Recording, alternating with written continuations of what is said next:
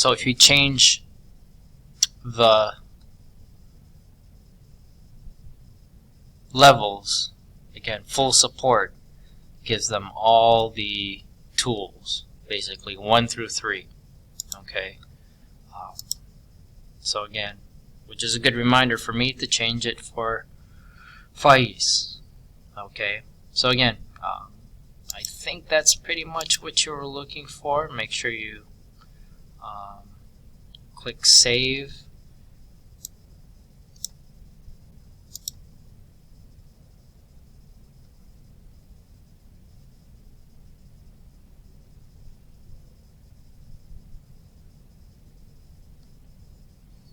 For the scaffold settings,